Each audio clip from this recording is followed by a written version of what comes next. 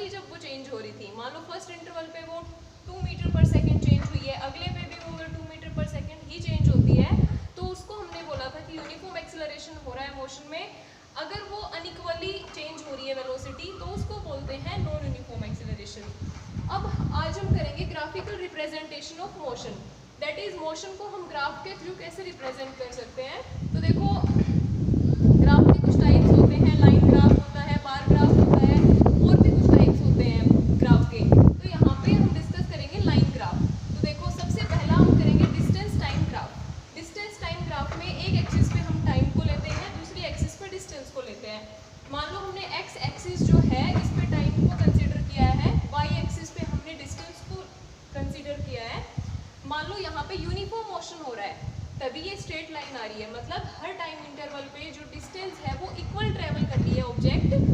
इस time interval पे उसने इतना डिस्टेंस ट्रेवल किया, मान लो अगले टाइम इंटरवल पे भी उसने इतना डिस्टेंस ट्रेवल किया, दैट इज यहाँ पे आगे को, तो उसको बोलते हैं यूनिफॉर्म जो डिस्टेंस है मोशन है वो बोलते हैं। तो यहाँ से ग्राफ से हम क्या कैलकुलेट कर सकते हैं, यहाँ से हम स्पीड को कैलकुलेट कर सकते हैं, निकाल सकते हैं। कैसे, देखो कोई भी मान लो हमने t1 और t2 दो टाइम इंटरवल जो है इनके बीच में हमने निकालनी है स्पीड की, क्या स्पीड थी ऑब्जेक्ट की, तो वो कैसे निकाल सकते हैं। t1 पे जो ये लाइन है ग्राफ के अंदर, इस पे पैरेलल ड्रॉ कर देंगे दोनों लाइंस, और y एक्सिस पे भी हम इनको मिला देंगे। तो जो ये दो पॉइंट्स आए हैं, ये t1 मान लिया, ये t2 मान लिया, ऐसे यहाँ पे जो दो पॉइंट्स आए हैं y एक्सिस पे, इसको s2 मान लिया, इसको s1 मान लिया, मतलब डिस्प्लेसमेंट है ये दो।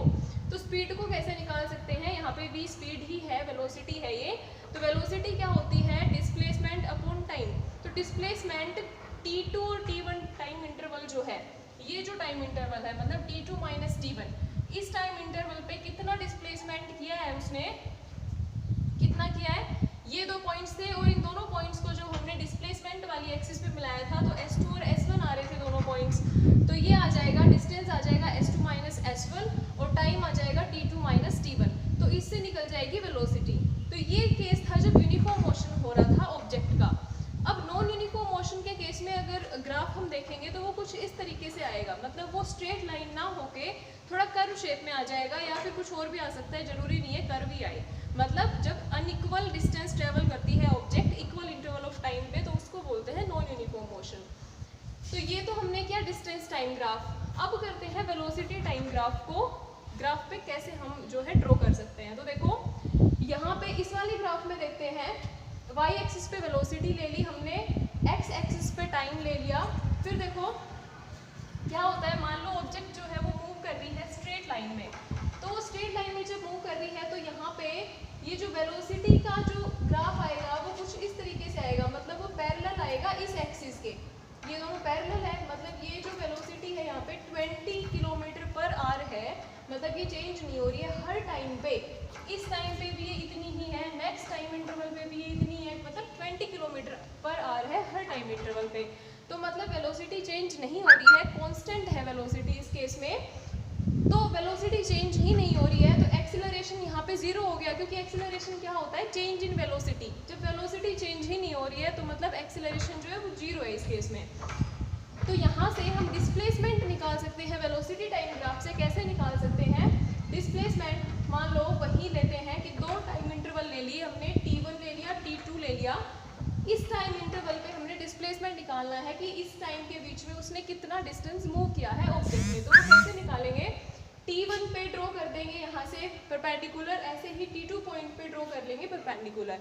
डिस्प्लेसमेंट कैसे निकलेगा, जो ये एरिया आया है, ये जो रेक्टेंगल बना है ए बी और ये मान लो सी डी मान लेते हैं, ये जो रेक्टेंगल बना है इसका एरिया निकालेंगे तो वो हमें क्या देगा, डिस्प्लेसमेंट देगा। दूसरी चीज डिस्प्लेसमेंट क्या होती है, तो इस तरीके से हम निकाल सकते हैं displacement, area under this point A B, that is A B C D. दूसरे तरीके से हम कैसे निकाल सकते हैं, जो डिस्प्लेसमेंट होता है वो क्या होता है, velocity into time, that is speed into time होता है डिस्प्लेसमेंट।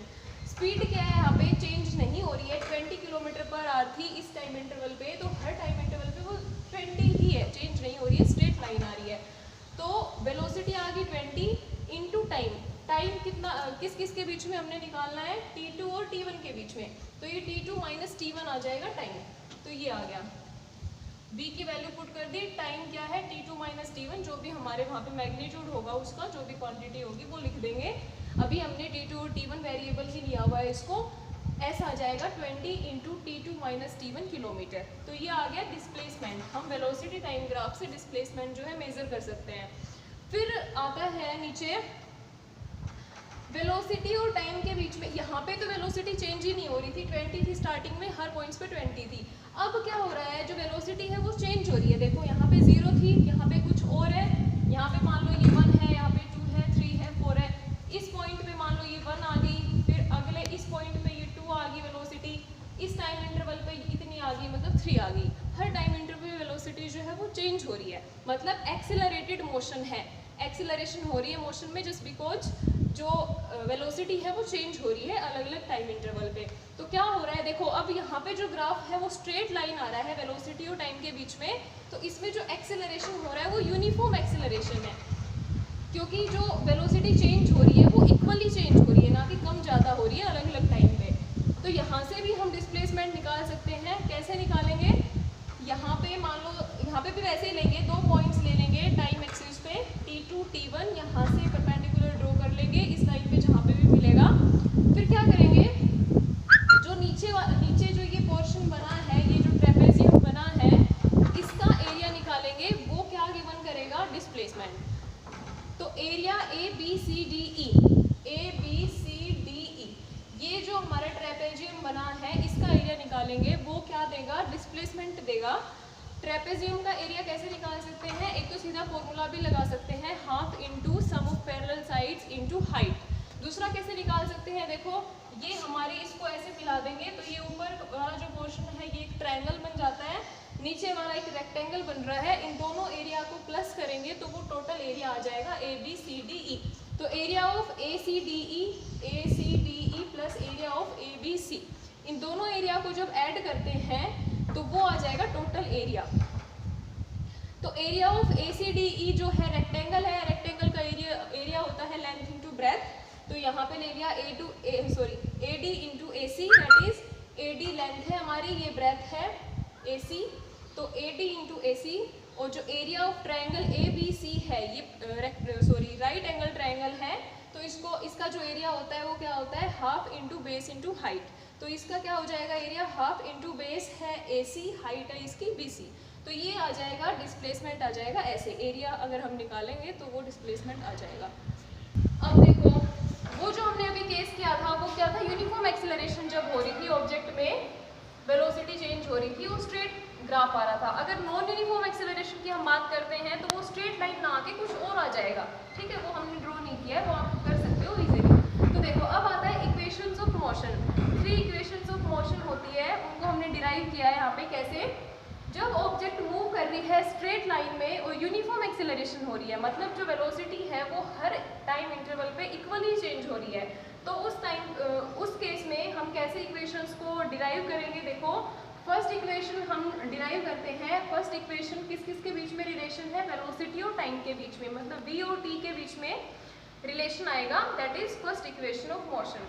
देखो यहाँ पे क्या किया है, ग्राफ बनाते हैं, ऑब्जेक्ट ने स्टार्ट किया मूव करना ए पॉइंट से, v वेलोसिटी, ये v जो है इस एक्सिस पे वेलोसिटी है, इस पे टाइम है, यहाँ से ऑब्जेक्ट ने स्टार्ट किया मूव करना, ना कि इस पॉइंट से, ओरिजिन से मूव करना स्टार्ट नहीं किया है, उसने यहाँ से किया है, मतलब जीरो इनिशियल वेलोसिटी ना होके उसकी कुछ यहाँ पे वेलोसिटी है, मान लो u वेलोसिटी है यहाँ पे इनिशियल, कुछ भी वैल्यू हो सकती है यहाँ पे, ठीक है, उसने यहाँ से स्टार्ट किया, मान लो वो यहाँ तक गई b पॉइंट तक।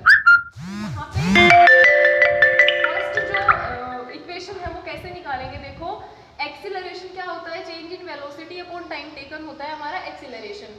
चेंज इन वेलोसिटी, वेलोसिटी कितनी चेंज हो रही है इन दोनों पॉइंट्स के बीच में, उसने यहाँ से स्टार्ट किया मूव करना, यहाँ तक वो पहुंची, मान लो ये फाइनल वेलोसिटी है, यहाँ पे v है ये, तो जो टोटल जो चेंज हुआ है वेलोसिटी का, फाइनल वो v थी, स्टार्टिंग में u थी, तो जो चेंज हुआ है वेलोसिटी का वो v माइनस u हो गया, तो v minus u। Time taken that is ये यहाँ से लेके यहाँ तक का जो टाइम है, मतलब इस पॉइंट से और इस पॉइंट के बीच का जो टाइम है वो t है, तो ये हो गया t, तो ये आ जाएगा v माइनस यू, t इधर जाके मल्टीप्लाई हो जाएगा, 80 आ जाएगा, v minus u is equals to 80 और v is equals to u इधर जाके प्लस हो जाएगा, v is equals to u plus 80। ये आ गई फर्स्ट इक्वेशन ऑफ मोशन, किस किस के बीच में, वेलोसिटी और टाइम के बीच में। तो फर्स्ट इक्वेशन किसके बीच में है, वेलोसिटी और टाइम के बीच में। अब सेकेंड इक्वेशन करते हैं हम पोजिशन टाइम रिलेशन। देखो फर्स्ट कर लिया, अब सेकंड में यही ग्राफ लेके चलते हैं, कैसे होगा, यहाँ पे एरिया देखो, डिस्प्लेसमेंट मतलब पोजीशन और टाइम के बीच में है ये रिलेशन। तो S is equals to S, यहाँ पे डिस्प्लेसमेंट है, डिस्प्लेसमेंट हमने पहले भी किया है, जो एरिया अंडर कर्व होता है वो डिस्प्लेसमेंट मेजर करता है।